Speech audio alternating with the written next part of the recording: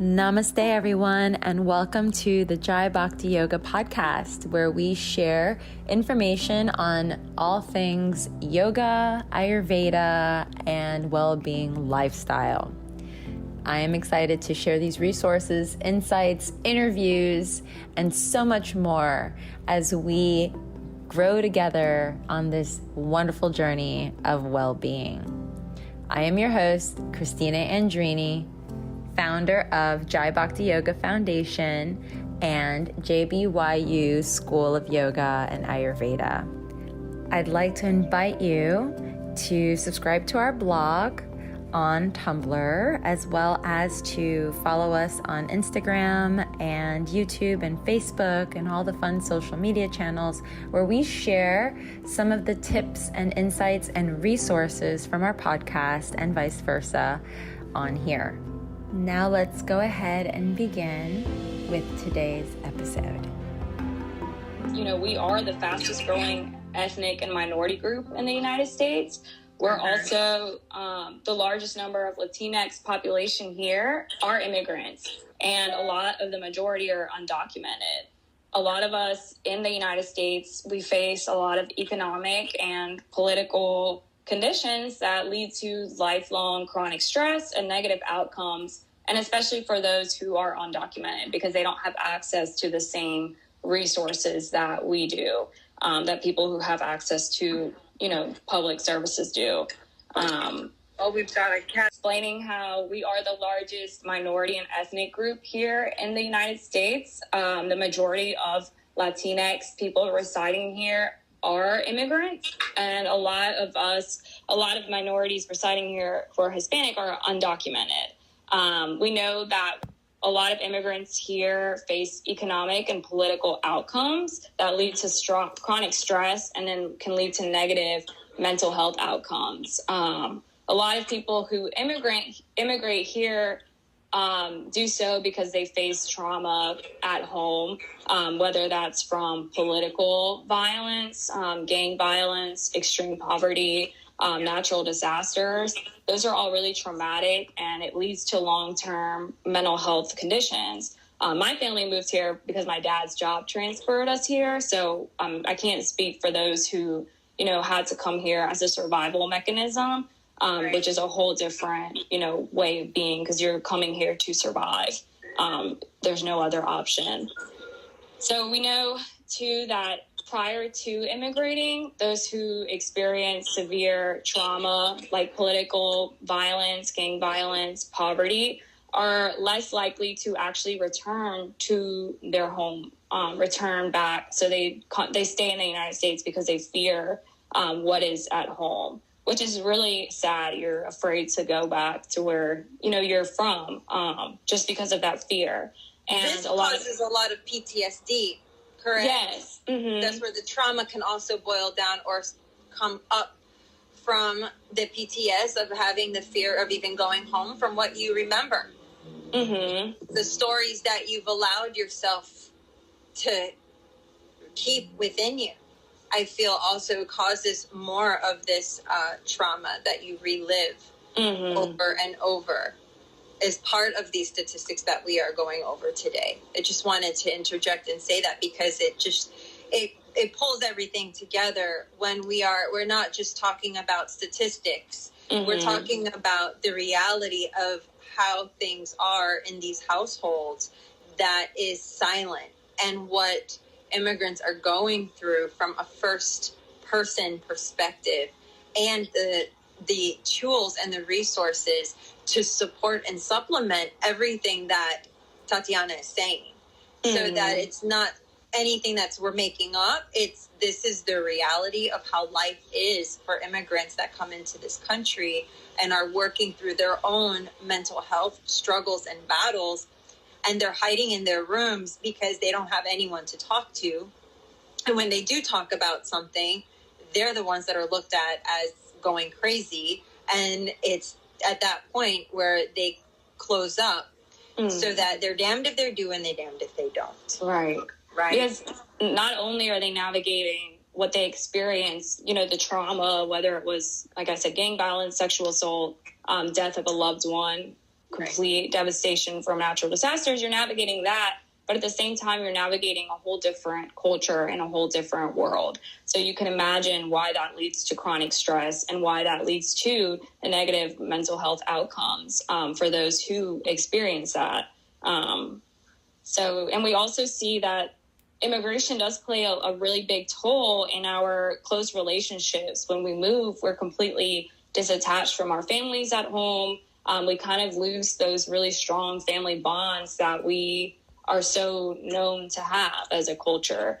We don't have a lot of social support in this country to kind of help us, whether we're dealing with the traumas or other, just unknowns in life.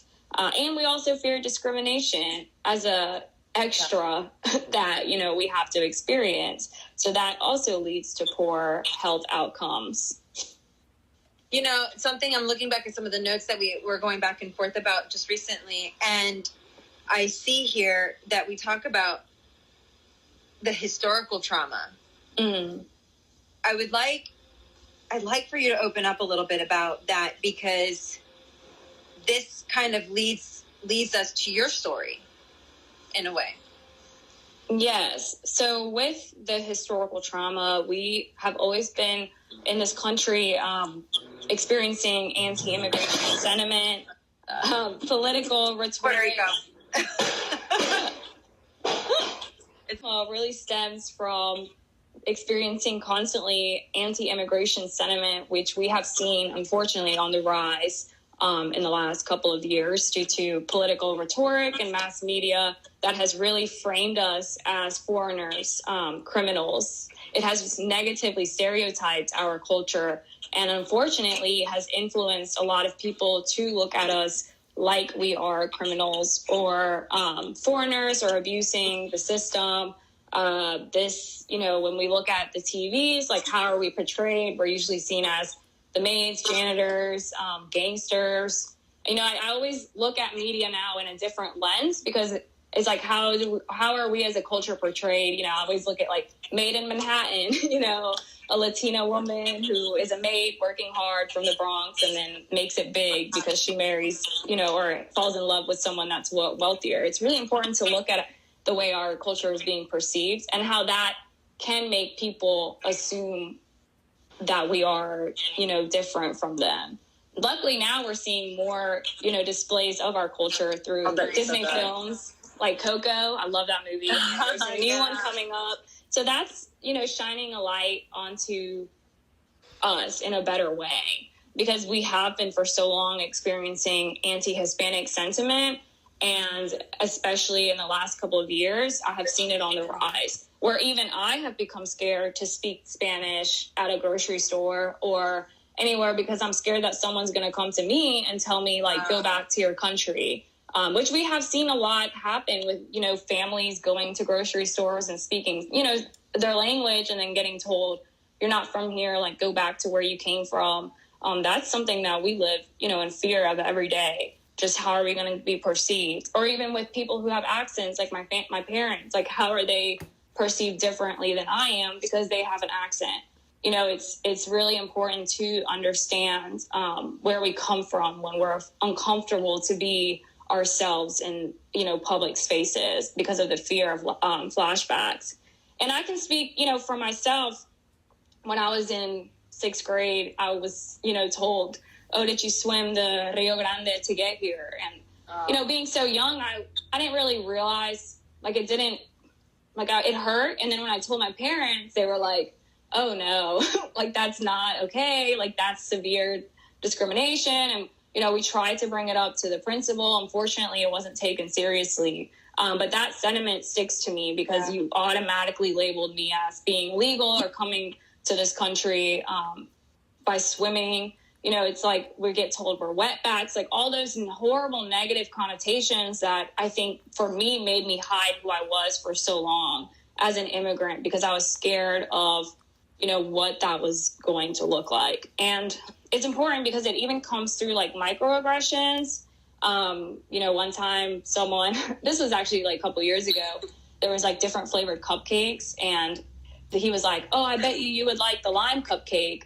And even though, it's like he was trying to be nice, but to me, like, that is considered a microaggression because you're automatically assuming I like a certain flavor because of where I'm from. Like a stereotype. Yeah, it's like stereotypical. Or also that I'm not going to be, we were playing the game Hangman, and, you know, they were like, oh, you're going to be really bad at this game because, you know, Spanish is your first language. And I was like, like, no, you know, but they already have those preconceptions of who we are and how we portray ourselves. And it's, you know, it leads to discrimination, and that does lead to poor health outcomes for us. And like I said, that leads to my anxiety and not wanting to share who I am because of the fear that I'm going to receive negative backlash from my peers or just society in general.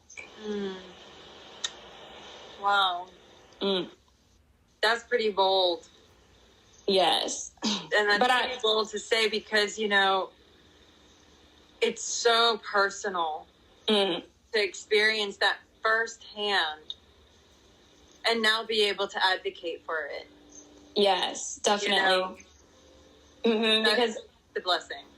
Right. Because like I said, you know, for so long, I was really hiding who I was and my culture because I didn't want to experience discrimination. But now I'm like, why can't I speak about it openly? It's so beautiful and it's such a strong part of myself. Like, forget what people think, but let me also educate them and show them that we are more than what you are, you know, that what the media perceives us as and what we are, you know, what your preconceptions of us are. You know, I can't tell you like how many times people have even asked me, like, did your parents go to college? Did they, you know, even close friends have asked me, like, did your, you know, parents go to college? Did they, like, blah, blah, automatically assuming that, you know, we don't have an education because of where we're from.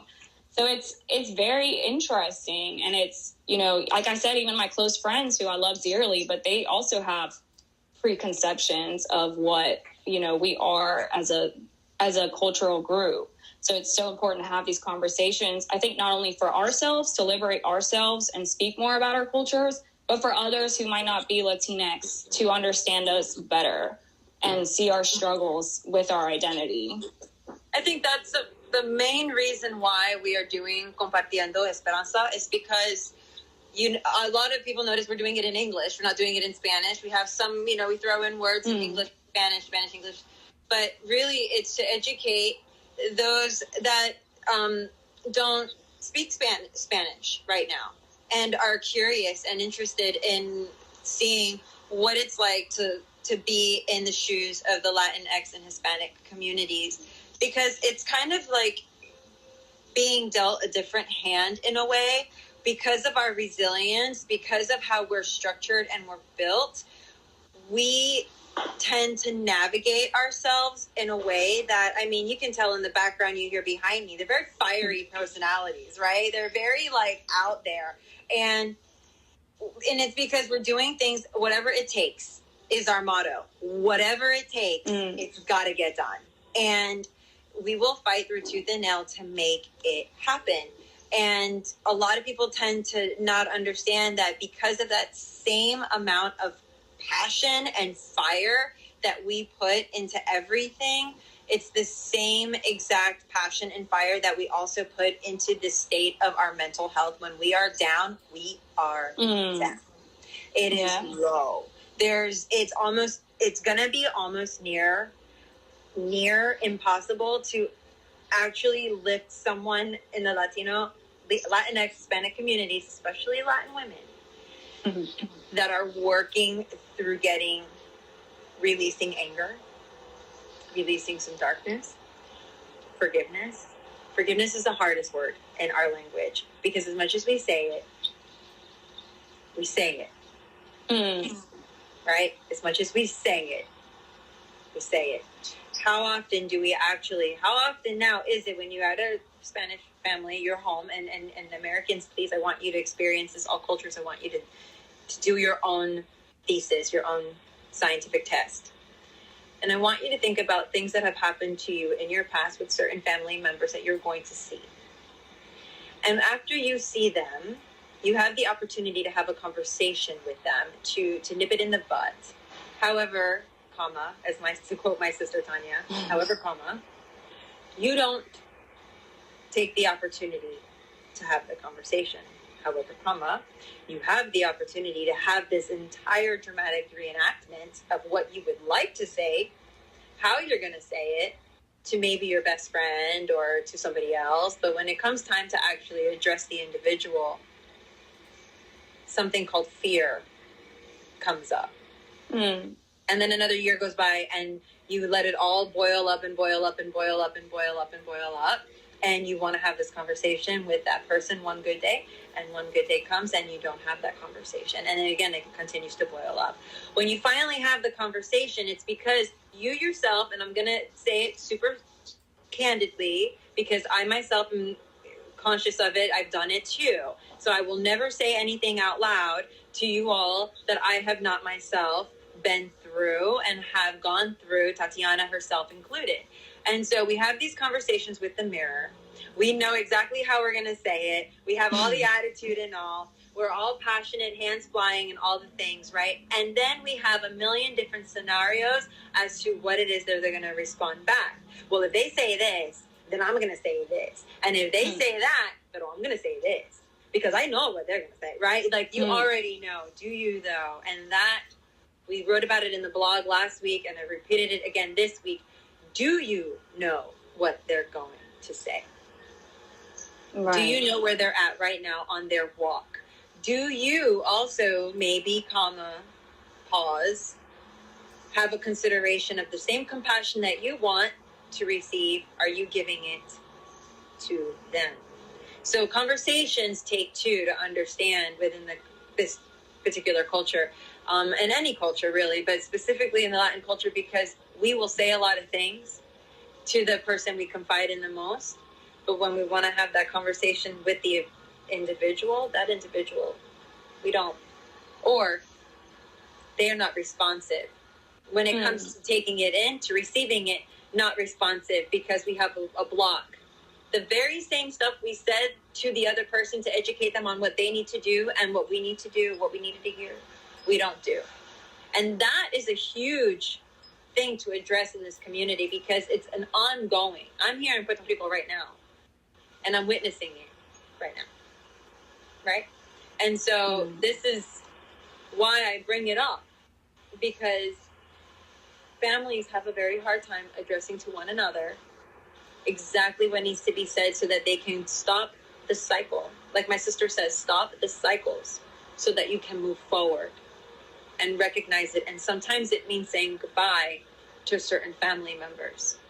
They're your family. They always will be your family, but it doesn't mean that you have to continue to invite those that are not in alignment with you anymore. And that's a key to your mental health and mental well-being, because you're eliminating the very root of what's causing your disharmony. And sometimes it's within those family members that you're having can't have those hard conversations right now. But there's going to be a time when you will. Trust me, it's going to be a time where you will. And they will be open to receive it. But it's not on your time. And it's also not on their time. It's on a divine time. And that, if you're in this culture, you know what I'm talking about. And it just all of a sudden happens. And all of a sudden they're in a place where you were like not expecting that person to be. And that's the opportunity to just eat the frog. Just nip it in the butt. And those of you that heard the terminology before, eat the frog, it's the thing you don't want to do the most. You keep putting it off and you just do it. It feels so good, liberated. And we talked about this in the very first episode, cultural liberation. Liberation comes from forgiveness, and forgiveness comes from you first.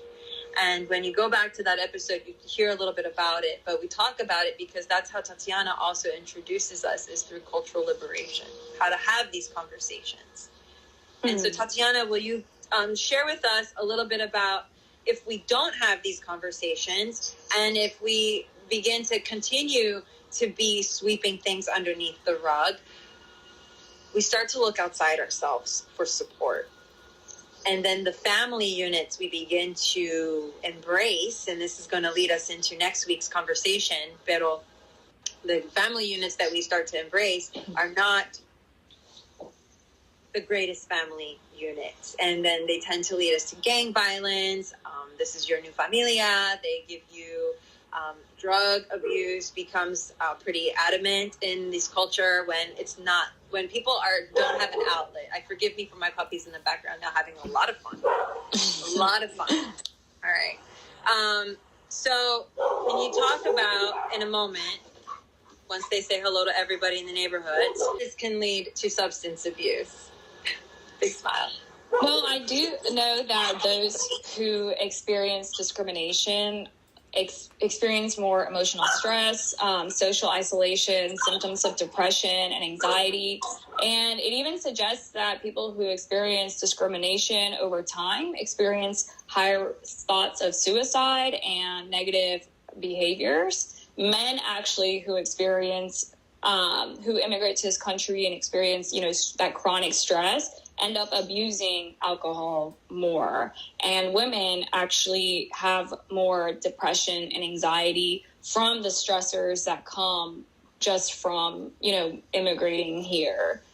We also see that over time, as we try to navigate our new culture, there is like a dissolution of the strong family bonds that were once in place.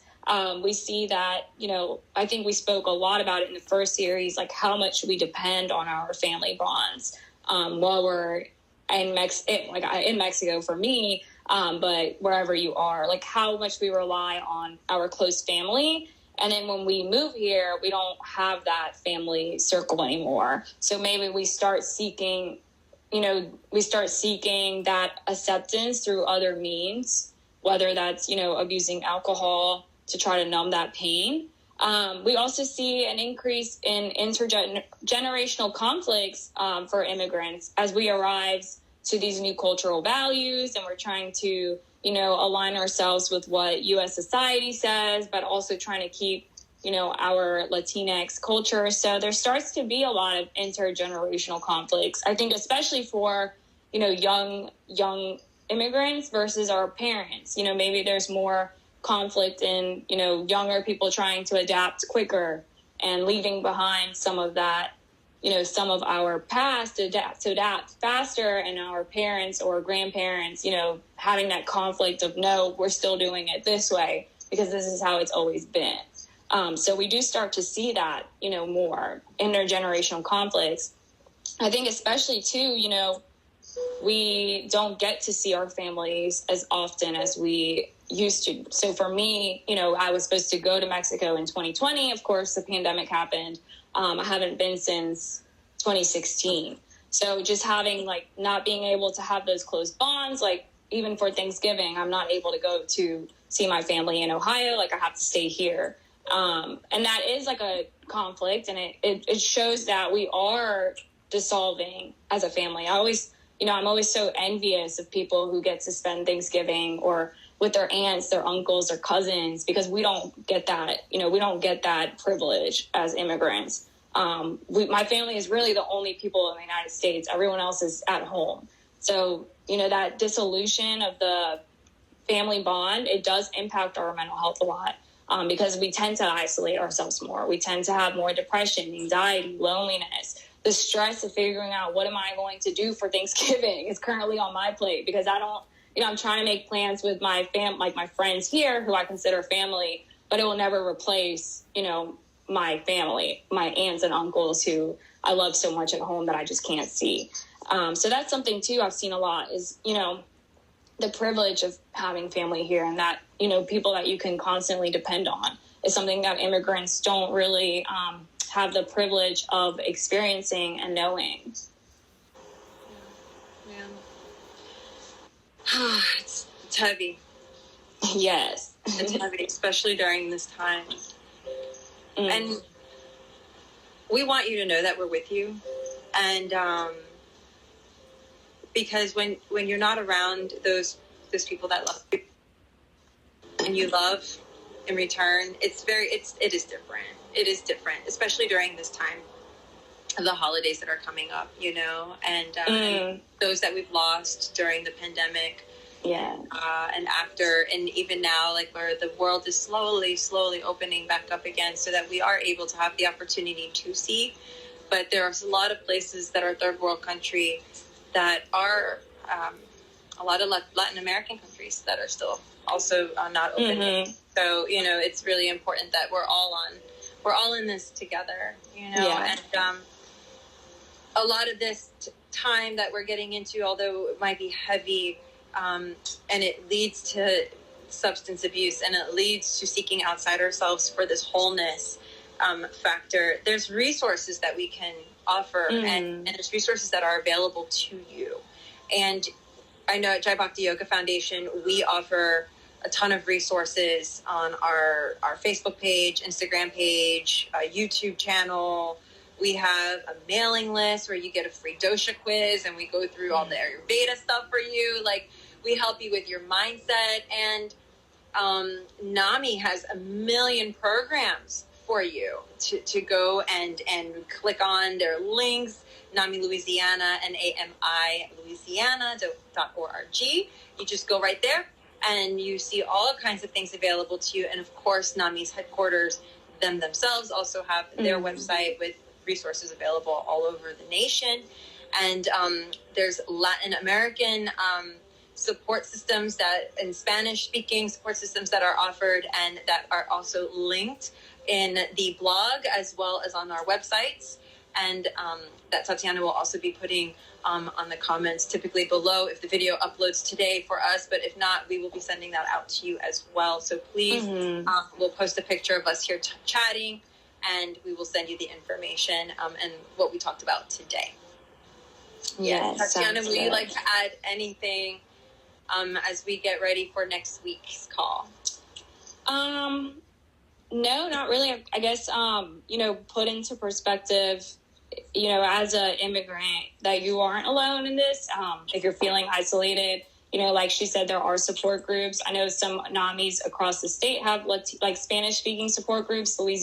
Ours unfortunately doesn't yet, but you can join other support groups across the state, across the country, with people experiencing, whether you have a loved one with a mental health condition that you want to talk about with others that understand your culture, they're there for you, or whether you have a mental health condition. NAMI has support groups for you to have, especially with the holiday seasons. If you're feeling that sense of isolation or stress, or you don't know how to have those conversations with your family members, definitely, don't be alone, and don't, succumb to it. Like, liberate yourself is the theme of your struggles, and, lean on others who are there to help you. That's really important, that we don't want you to seek outside yourself, but definitely have the support system that you need. You need nothing but yourself. You got this. You got this. And we know New Orleans Musicians Clinic has a program called You Got This that has tons of resources as well in both English and in Spanish. So check them out, as well as our partners in crime here to support you. And know that need is being really focused on having that crutch. Know that you want to take that empowerment, change the word need to empower, and have empowering people surrounding you, supporting you. Change our language, uplift ourselves as well. So much love. I love you, Tatiana. Thank you so much again. Thank you. Yes, and thank you for everyone for watching all the way through and being a part of this journey with us. We want to celebrate Indigenous Day. We want to celebrate those that celebrate Day of Thanksgiving, those days of gratitude, Kwanzaa, Hanukkah, and all of the holidays that are approaching this coming week. So from our hearts to yours, namaste, and we'll see you soon next week. Bye. Safe travels home. Thank you. Thank you all so much for participating in today's wonderful podcast. As always, it's such a joy and an honor to share in this space with all of you and hold the space together as a collective. I invite you to support my life's work on Teachable. For those of you that would like continuing education units, Teachable will be the go-to for your membership.